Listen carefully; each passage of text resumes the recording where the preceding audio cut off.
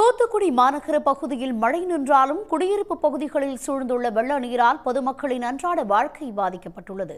தூத்துக்குடி நகரில் Annai Theresa Nagar, Palpandi Nagar, Burma colony, Millerpuram, housing board ஆகிய குடியிருப்பு பகுதிகளில் மழை நீர் சூழ்ந்துள்ளது. இதனால் பொதுமக்கள் அத்தியாவசிய பொருட்கள் வாங்குவதற்கு கூட வெளியே வர முடியாத ஒரு சூழல் ஏற்பட்டுள்ளது. இதனால் தாங்கள் உணவு, குடிநீருக்கும் சிரமப்பட்டு வருவதாக மக்கள் தெரிவித்துள்ளனர்.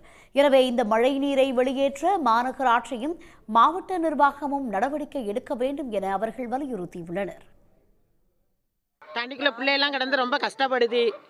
எங்களுக்கு இந்த கோரிக்கை எங்களுக்கு சீக்கிரம் நிறைவேற்றி கொடுக்கணும். தண்ணி ஃபஸ்ட்டு எடுக்கணும். பால் வாங்க போக முடியல, எங்களுக்கு ஒரு பிள்ளைகளுக்கு ஒன்றும் பசி அமுத்த முடியல, பருத்திக்கு போக முடியல. இந்த யூனிவர்டஸ் நனைஞ்சு போச்சு. அடுத்தது ஒன்றும் இல்லாமல் பிள்ளை பள்ளியிடம் போகல, பார்க்க வீட்டில் உட்கார வச்சிருக்கோம்.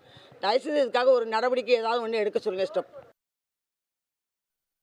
இதனிடையே மழையால் பாதிக்கப்பட்ட பகுதிகளை நாடாளுமன்ற உறுப்பினர் கனிமொழி, அமைச்சர்கள் கீதா ஜீவன், அனிதா ராதாகிருஷ்ணன் உள்ளிட்டோர் பார்வையிட்டு மழை நீரை அகற்ற நடவடிக்கை மேற்கொண்டனர்.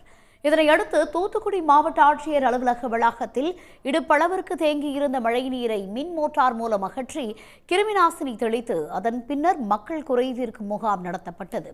குடியிருப்பு பகுதிகளிலும் தேங்கியுள்ள மழை நீரை வெளியேற்ற நடவடிக்கை எடுத்து வருவதாக அதிகாரிகள் தெரிவித்துள்ளனர்.